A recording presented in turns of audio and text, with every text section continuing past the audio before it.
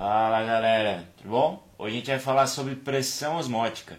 Acho que é de conhecimento geral que quando ganha as flores, algo do tipo, a gente acaba colocando num vaso, né? Esse vaso tem a intenção de não deixar as flores murchas, né? Ou durar um pouco mais. E isso é explicado pela pressão osmótica. Legal? Vamos dar uma olhada a seguir.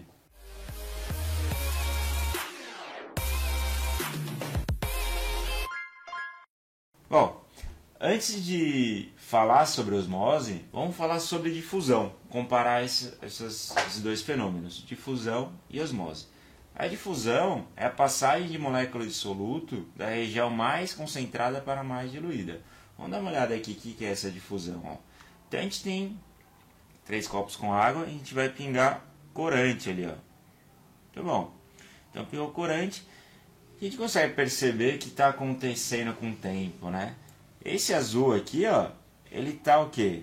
Se espalhando pelo copo. Se eu deixasse esse copo aqui por, sei lá, uma meia hora, 1 hora ou até mais tempo, um tempo suficiente para esse corante se espalhar inteiramente pelo copo, formando uma mistura homogênea, isso aconteceria. O que é que está acontecendo? A difusão. O soluto é meu corante e ele está passando da região de cima aqui, que é a região mais concentrada, para baixo, que é a região mais diluída. Legal? Nesse experimento aqui, a intenção é mostrar a difusão em diferentes temperaturas. Numa temperatura maior, a difusão é mais acelerada, né, por conta da agitação das partículas. Né? Então aqui é onde tem a temperatura maior e nesse outro onde tem a temperatura menor. Beleza? Então, difusão, passagem de moléculas de soluto.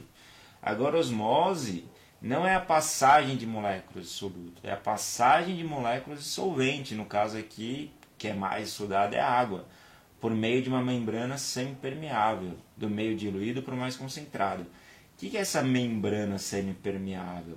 Vamos dar uma olhada aqui. Ó. Então aqui a gente tem um exemplo de uma osmose.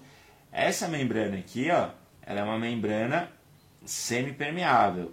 Pelo seguinte, ó, aqui é possível a gente passar as partículas de água.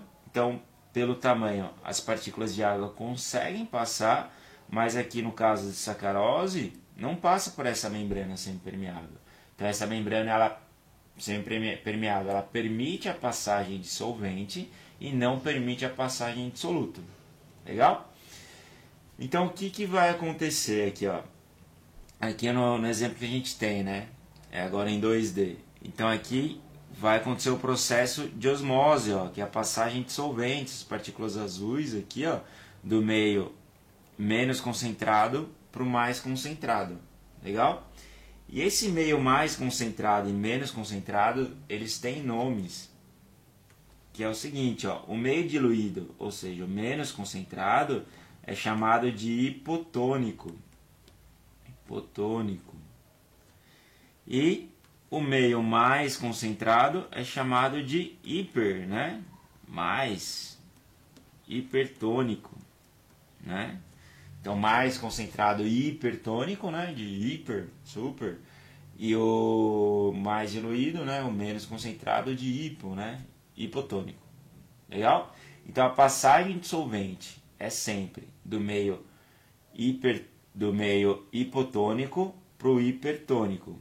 Essa é a passagem de solvente, né? A água, H2O, sempre vai do meio hipo para o meio hiper. Para entender isso aqui, você tem que pensar no seguinte, ó, a natureza sempre vai encontrar o equilíbrio. Na difusão que a gente viu, a gente queria equilibrar a concentração, né, da solução. Então, só que não tinha uma membrana atrapalhando. Então o soluto ele vai dissolvendo, né? Ele vai fazendo essa difusão, passando pelo todo o meio, equilibrando todo o meio. Todo o meio vai ter uma concentração igual depois de um tempo. A osmose tem essa mesma intenção, só que o soluto ele não consegue passar, quem consegue passar é o solvente. Então o meio mais concentrado ele precisa ser diluído. E para ele ser diluído, o que vai acontecer? Vai passar água por esse meio hipertônico. Então essa concentração ele tende a diminuir, tá bom? Pela passagem de água. Então a gente tem que diluir o meio hipertônico. Então agora vamos definir o que é a nossa pressão osmótica, que é simbolizada pela letra P. Olha lá, pressão osmótica é a pressão necessária para impedir que a osmose ocorra de maneira espontânea. Vamos entender isso daqui. Ó. Olhando o nosso nosso esqueminha aqui do lado, a gente percebe que a gente tem um solvente puro. Então, onde tem o solvente puro é o nosso meio hipotônico. E onde que eu tenho a solução, ou seja, tenho sal, vai ser o meio hipertônico. Beleza. A gente sabe que a passagem de solvente acontece do meio hipo para o meio hiper. Então, a água vai passar para o meio hipertônico, para a gente acabar diluindo esse meio hipertônico. Legal. A gente vai perceber que com o tempo, né, rodando a animaçãozinha, essa coluna do meio hipertônico ele vai acabar se elevando, vai acabar subindo.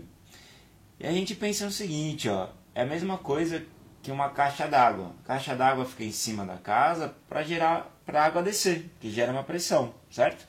E essa diferença de altura gera uma pressão. E essa pressão é conhecida como a pressão osmótica. E o que eu posso fazer? Ó? Eu posso colocar um êmbolo e forçar, né, esse nível se igualar novamente. No momento que esses dois níveis se igualam, essa pressão gerada aqui, ó, né, para deixar os dois iguais, essa pressão gerada aqui é a nossa pressão osmótica. Então vamos voltar aqui para a nossa definição. Ó. Então é a pressão necessária para impedir que a osmose ocorra de maneira espontânea. Então aqui a osmose não está acontecendo, certo? Porque essa pressão está impedindo que a água passe do meio hipotônico para o hipertônico, certo? Se eu retirar esse êmbolo, vai acontecer aquele negócio, né? Vai subir a coluna. Mas tendo esse êmbolo impedindo essa pressão, essa osmose, a passagem de água, essa pressão que eu exerço aqui é chamada de pressão osmótica. Legal? Então, bom, vamos lá fazer um exercício aqui, ó. Então a gente volta naquele ponto, né? Por que quando ganha flores, coloca no vaso, né? E a gente responde com essa questão. Ó. Então quando ganhamos flores, se quisermos que elas durem mais tempo, devemos mergulhá-las dentro da água e cortar em seguida a ponta da sua haste. Esse procedimento é feito com o objetivo de garantir a continuidade da condição da seiva bruta. Tal fenômeno ocorre graças à diferença de osmolaridade entre a planta e o meio que ela está, que são respectivamente... Então o que a gente tem aqui? Ó? Então eu tenho um vaso, vamos desenhar aqui, ó, nosso vasinho. Nosso vasinho a gente enche de água. Para quê? Para que a nossa planta aqui, né? Olha lá minha florzinha aqui, bonitinho. Nossa planta aqui, uma flor amarela. Para que nossa planta aqui, ela não murche, certo? Então o que está acontecendo, né? Para ela não murchar, tem que acontecer o quê? A passagem da água, né? Da parte de baixo para a parte de cima, né? A água tem que subir, né? E ela não sobe naturalmente a água, né? Ela vai subir por osmose. Então significa o quê? Lembra que a água sempre vai para o meio quê? Hiper. Sempre vai para o meio hipertônico para diluir esse meio. Saindo do meu meio hipo, né? A água tem uma concentração de sais menores, né? Menor. Então vai do meio hipo para o meio hiper. Então, as diferentes osmolaridades entre a planta, que é o meu meio hiper, e o meio, que é o nosso copo, é o hipo. Então, se está indo do meio hiper para o meio hipo, a resposta é. Então, essa é a intenção das flores, né? Por isso que a gente coloca no copo. Legal? No copo com água. Bacana. É isso que a gente tinha para essa aula. Na sequência, a gente tem alguns exercícios. Tentem fazer sozinhos. Caso tenha alguma dúvida, é só ir no próximo vídeo e assistir, tá bom? Aqui está o gabarito dos 3 exercícios. Vamos lá fazer os exercícios sozinhos, beleza? Valeu, obrigado pela atenção. Até mais, tchau, tchau.